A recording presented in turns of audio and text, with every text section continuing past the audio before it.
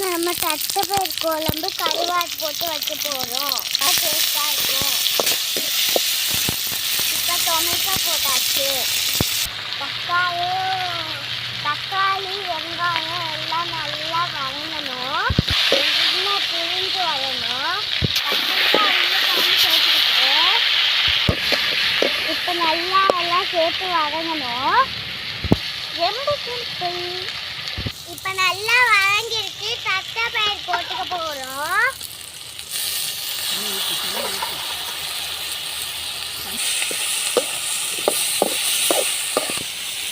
தட்டைப்பயிர் add பண்ணி வச்சு அடுத்து தண்ணி சேர்க்க போகிறோம்.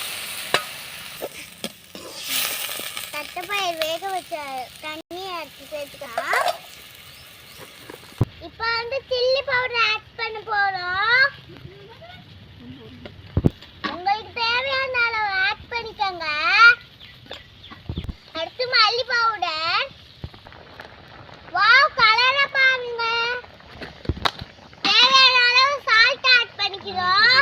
நல்லா கலர்ஃபுல்லா இருக்கு.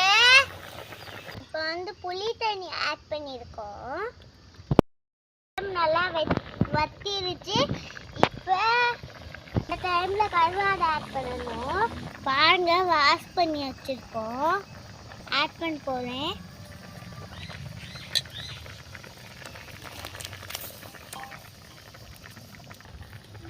நல்லா கொதிச்சோடனே இறக்க வேண்டியதான்.